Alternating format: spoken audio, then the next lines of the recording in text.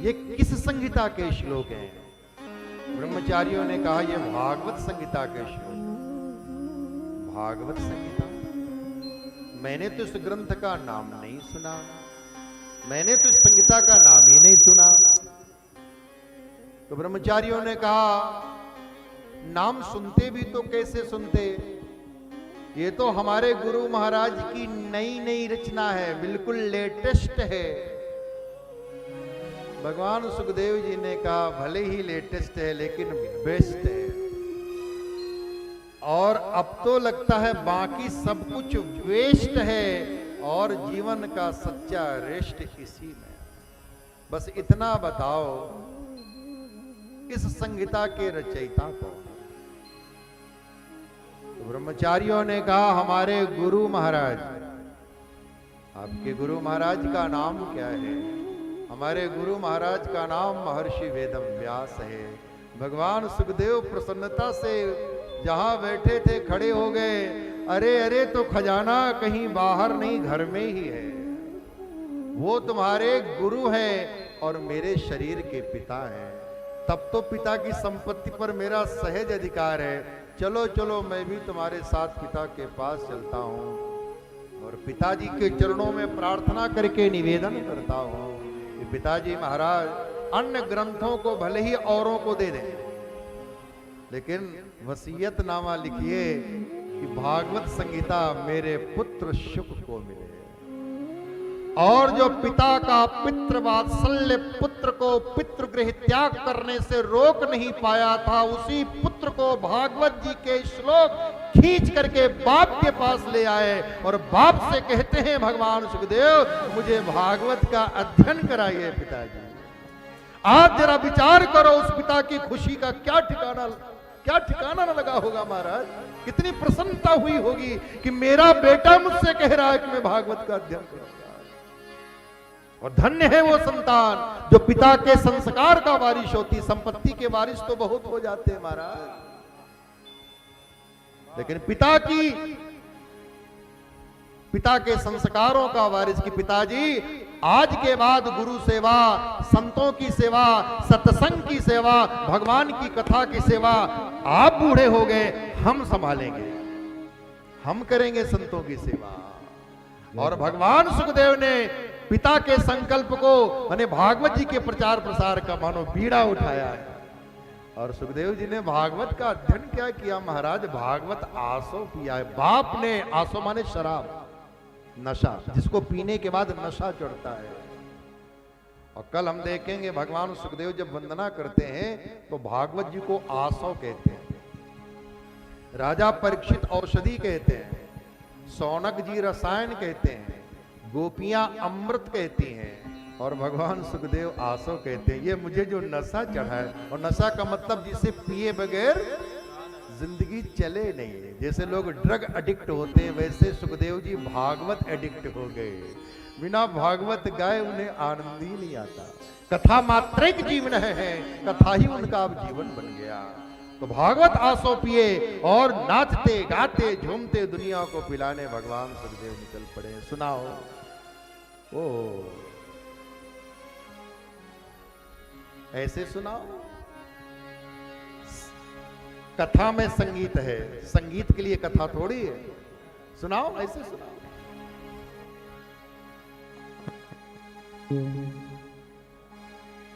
कोई पीवे कोई पीवे, कोई पीवे कोई पीवे,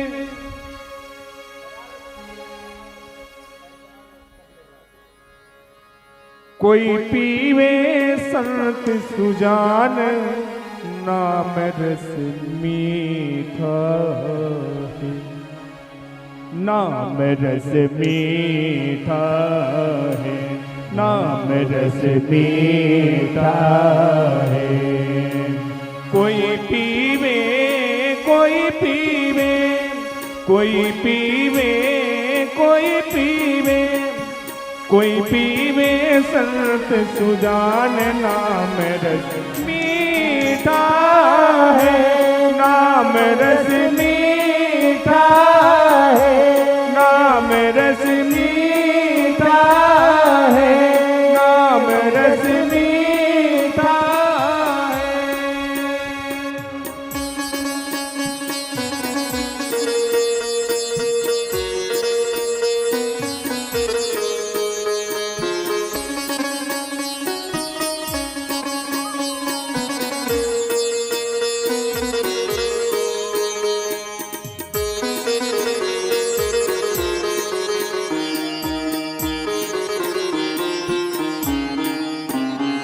बोलिए श्रीमद् भागवत भगवान की जय, श्री सुखदेव भगवान की जय। और एक प्यासा मिला, कहाँ बैठा था? गंगा जी के किनारे। और उसकी प्यास भागीरथी गंगा से बुझने वाली नहीं थी, उनकी प्यास भागवती गंगा से बुझने वाली थी। वो कौन है? वो राजा परीक्षित है। अब हमने भागवत के विषय में सुन लिया, भागवत के रचयिता महर्षि वेदव्यास के विषय में सुन लिया, भागवत के कथयिता भगवान सुखदेव के विषय में सुन लिया। अब भागवत के श्रोता परम भागवत राजा परीक्षित का वर्णन करते हैं। परीक्षितोथ राजर्षे जन्म कर्म विलापनम। यहां पर थोड़ा महाभारत का वर्णन है। महाभारत का प्रसिद्ध युद्ध हुआ कौरवों और पांडवों के बीच में।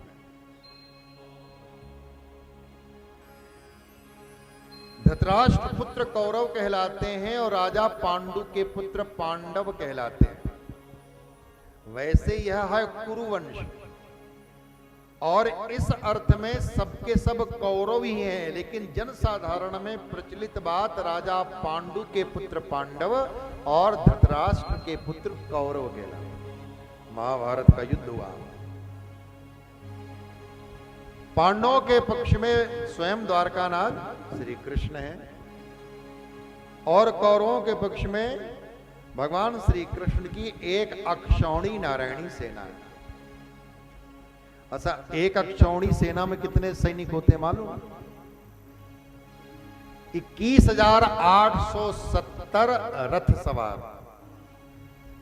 21,870 गज सवार, 65,600 घुड़सवार, 1,09,350 पैदल सेनानी। इन चारों को मिलाओ तो 2,18,000 के उपरांत सैनिक होते एक अक्षौणी सेना।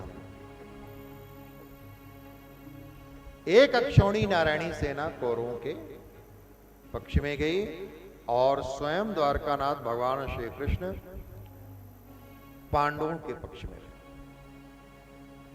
महाभारत का युद्ध अपने अंतिम चरण में है।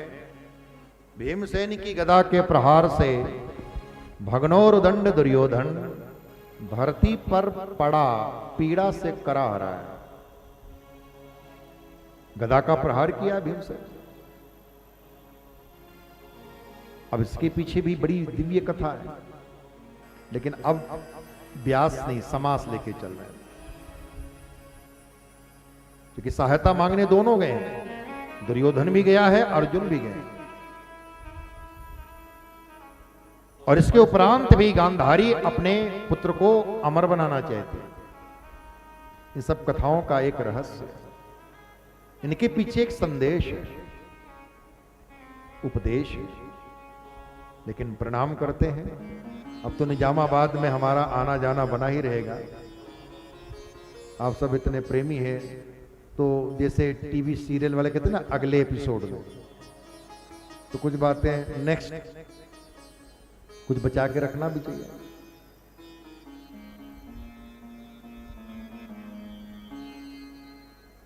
गांधारी अपने पुत्र को अमर नहीं बना रही है, गांधारी अधर्म रूप दुर्योधन को अमर बना रही है। और भगवान का अवतार हुआ है धर्म की स्थापना के लिए। भीमसेन की गदा के प्रहार से भग्नोर्दंड दुर्योधन धरती पर पड़ा, पीड़ा से करा रहा। तब द्रोणाचार्य का पुत्र अश्वत्थामा दुर्योधन के पास आता है और कहा, मित्र आपकी ये दुर्दशा मुझसे देखी नहीं जा रही। आप अगर मेरे हाथ में युद्ध की बागडोर होती तो युद्ध का परिणाम ही कुछ और होता। आपने तो कभी मुझे वीर समझा ही नहीं, महारथी माना ही नहीं।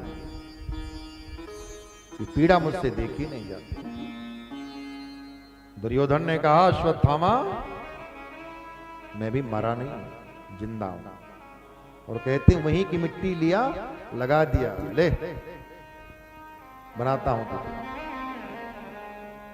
अश्वत्थामा ने संकल्प लिया है कि मित्र फिर मैं पृथ्वी को नपांडवी कर दूंगा। मैं तुम्हारे सामने पांडवों के सिर ला करके रखूंगा।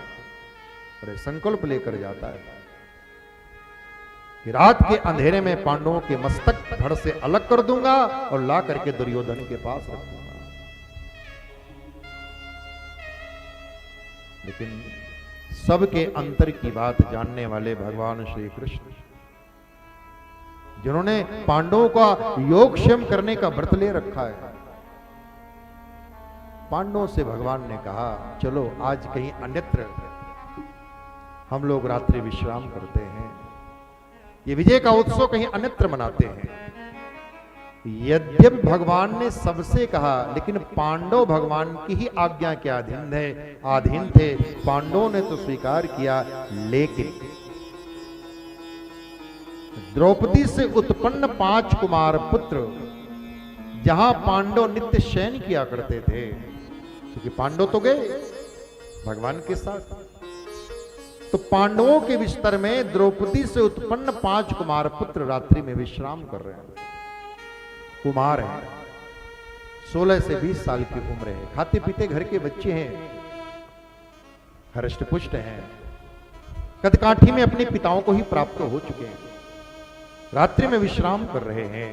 तब अश्वत्थामा आता है और 5 बच्चों के सिर धड़ से अलग कर देता है और 5 सिरों को लाता है और दुर्योधन के सामने रख देता है। लो मित्र दुर्योधन, ये 5 पांडवों के सिर में लेकर के आया हूं। दुर्योधन को प्रसन्नता हुई, लेकिन साथ ही आश्चर्य हुआ, ये अभी गया और लौट करके आ गया पांडवों को मारकर। पांडवों को मारना इतना आसान तो नहीं है। तो उस खुशी में दुर्योधन ने 5 सिरों को दबाया, तो 5 सिर टूट गए, फूट गए। दुर्योधन ने कहा ये पांडवों के मस्तक नहीं हो सकते, ये तो मस्तक बच्चों के हैं। और जब बाद में दुर्योधन को पता लगा कि अश्वत्थामा ने पांडवों की नहीं, पांडवों के स्थान पर द्रौपदी से उत्पन्न 5 कुमार पुत्रों की हत्या की है, तो दुर्योधन ने भी हाहाकार किया, उसे भी ये अच्छा नहीं लगा। दुर्योधन भी दुखी हुआ। अरे गुरुपुत्र अश्वत्थामा, ये तुमने क्या अनर्थ कर डाला, तुमने तो हमारे वंश को मिटा डाला। मेरा विरोध पांडवों के साथ है, ना कि उनके बच्चों के साथ।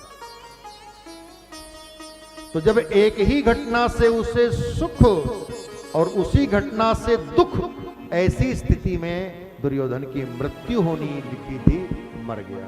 इसका भी शाप लगा है। अब इसकी अलग कहानी कि इसको शाप को कौन दिया है। दुर्योधन मर गया, लेकिन 5 पुत्रों को गंवाने वाली माता द्रौपदी दुखी है। मेरे पुत्रों की सोते में ही किसी ने हत्या कर दी है। मेरे बच्चों ने मरते समय भगवान को ना तो याद कर पाए हैं। क्षत्रिय की मृत्यु 2 ही तरह से उत्तम मानी जाती है, या तो धर्म धरती ब्राह्मणों की गाय की रक्षा करते हुए रणांगण में शहीद हो जाए, या पिछली आयु में वन में जाए, हरि का स्मरण करे, मरे और भवसागर से तर जाए। मेरे बच्चे न तो रणांगण में वीर गति को प्राप्त हुए हैं, न मरते समय भगवान का स्मरण कर पाए हैं। मेरे बच्चों की सदगति। तब भगवान श्री कृष्ण आए और 5 शवों में अमृतमयी दृष्टि डाल करके 5 शवों को सदगति प्रदान की है। द्रौपदी जी को ढाढ़स बनाया है।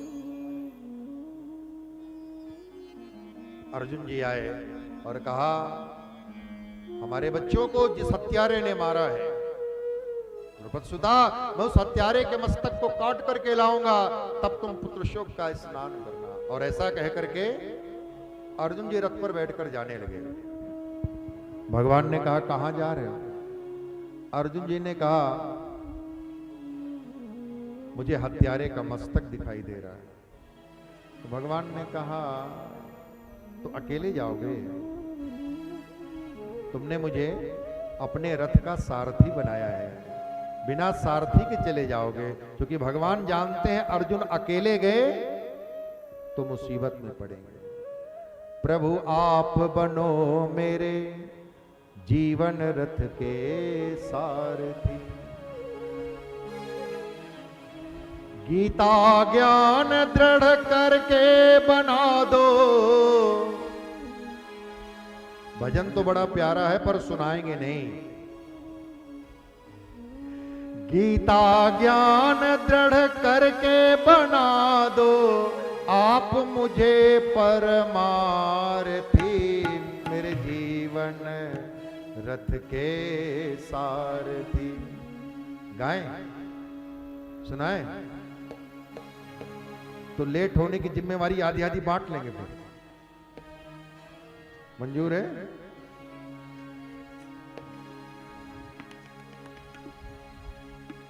कर्म करो निष्काम हमेशा, कर्म करो निष्काम हमेशा, करूं कभी ना फल की आशा। कण कण में करूं दर्शन आपका, कण कण में करूं दर्शन आपका, जीवन बने कृतार्थी, मेरे जीवन रथ के सारथी। प्रभु आप बनो मेरे जीवन रथ के सारथी। गीता ज्ञान दृढ़ करके बना दो, गीता ज्ञान हरण करके बना दो। आप मुझे परमार्थी, मेरे जीवन रथ के सारथी। प्रभु आप हो मेरे जीवन रथ के सारथी, मेरे जीवन रथ के सारथी। हो मेरे जीवन रथ के सारथी, मेरे जीवन रथ के सारथी।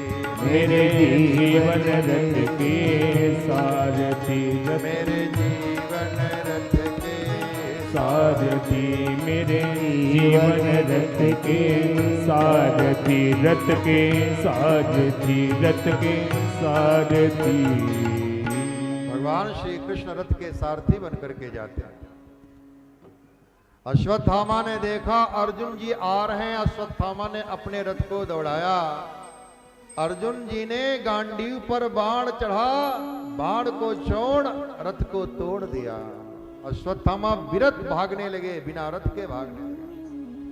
जब अश्वत्थामा ने देखा कि मैं पकड़ लिया जाऊंगा, बचने का कोई उपाय न रहा, तो अश्वत्थामा ने घबरा करके ब्रह्मास्त्र का संधान कर दिया। और जैसे ही ब्रह्मास्त्र आया तो अर्जुन के गात, अर्जुन का शरीर तपने लगा, जलने लगा।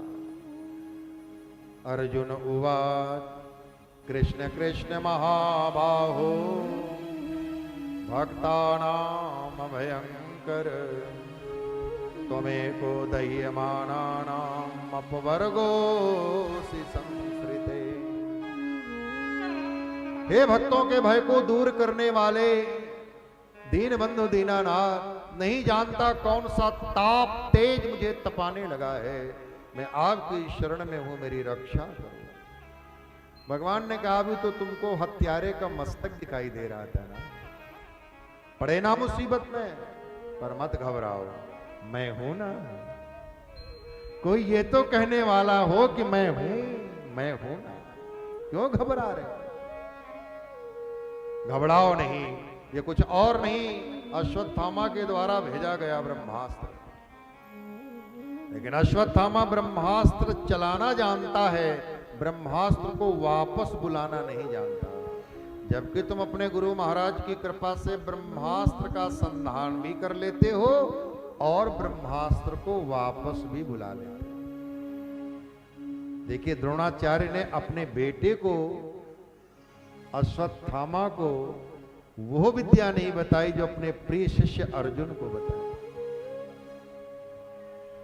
इसलिए पुत्र होना पर्याप्त नहीं है, शिष्य होना पात्र है, पात्र।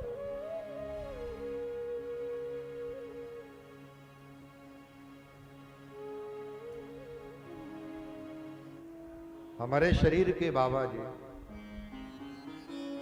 जो ज्योतिष के परम मर्मज्ञ थे, आयुर्वेद के परम ज्ञाता थे, भागवत के परम विद्वान थे, हनुमान जी की जगदम्बा की सिद्धि थी, घर में उतना ही उन्होंने दिया है जितना ग्रहण कर सकते थे घर के लोग, नहीं दिया। जब बाहर लोगों से सुनते हैं कि आप उनके पुत्र हैं, उनके पोते हैं, और वो ऐसे थे, तब पता लगता है कि उन्होंने जो घर में नहीं दिया वो शिष्य को दिया। एक ज्योतिष के परम ज्ञाता थे, उनके पास हम गए तो बोले आप उनके पोते हैं। और जब बाबा का शरीर शांत हुआ था तो हम बहुत छोटी उम्र के थे। बोले वो तो हमको पुस्तक देखनी पड़ती है किसी के भविष्य को जानने के लिए, वो तो ऐसे सामने बैठे हो पूरा भविष्य बता देते। तो ज्ञान शिष्य परंपरा से निश्चित हुआ है, शिष्य परंपरा से, गुरु शिष्य परंपरा से आगे बढ़ता है। पुत्र होना यह शर्त नहीं है, पात्र होना शर्त है। एक अनाद वंश है, एक बिंदु वंश है।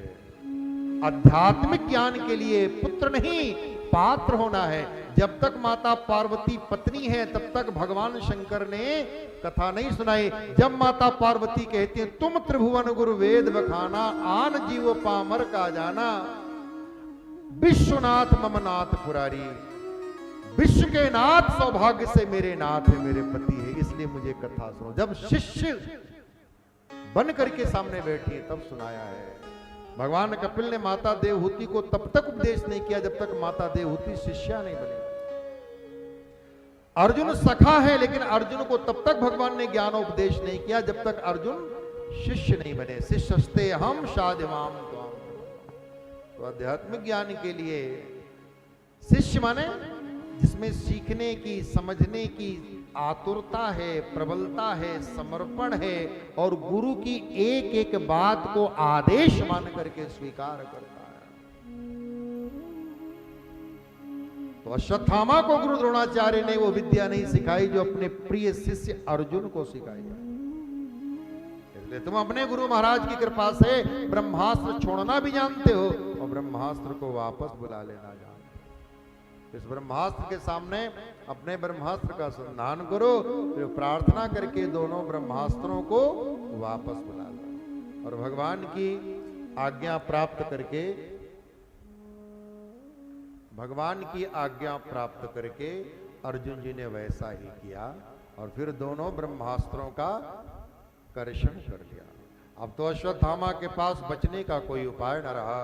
दौड़ करके अर्जुन जी गए और झपट्टा मार कर अश्वत्थामा को पकड़ा और तलवार निकाल करके जैसे सिर छेदन को हुए, दृष्टि पड़ी भगवान गोविंद पर। प्रभु मुझे क्या करना चाहिए? भगवान ने कहा ले चलो। इसका निर्णय द्रुपद सुता द्रौपदी जी के समक्ष करेंगे। और अर्जुन जी ने रस्से में बांधा। कुछ लोग तो कहते हैं घसीटते हुए लाए, लेकिन हम इतना अनादर नहीं करेंगे। गुरु द्रोणाचार्य के पुत्र हैं। अश्वत्थामा को रस्से से बांधा और रथ के पिछले भाग में डाल दिया और ले आए, धक्का मार करके रोती हुई द्रुपद सुता के सामने खड़ा कर दिया। लो द्रुपद सुता, ये हमारे 5 पुत्रों का हत्यारा।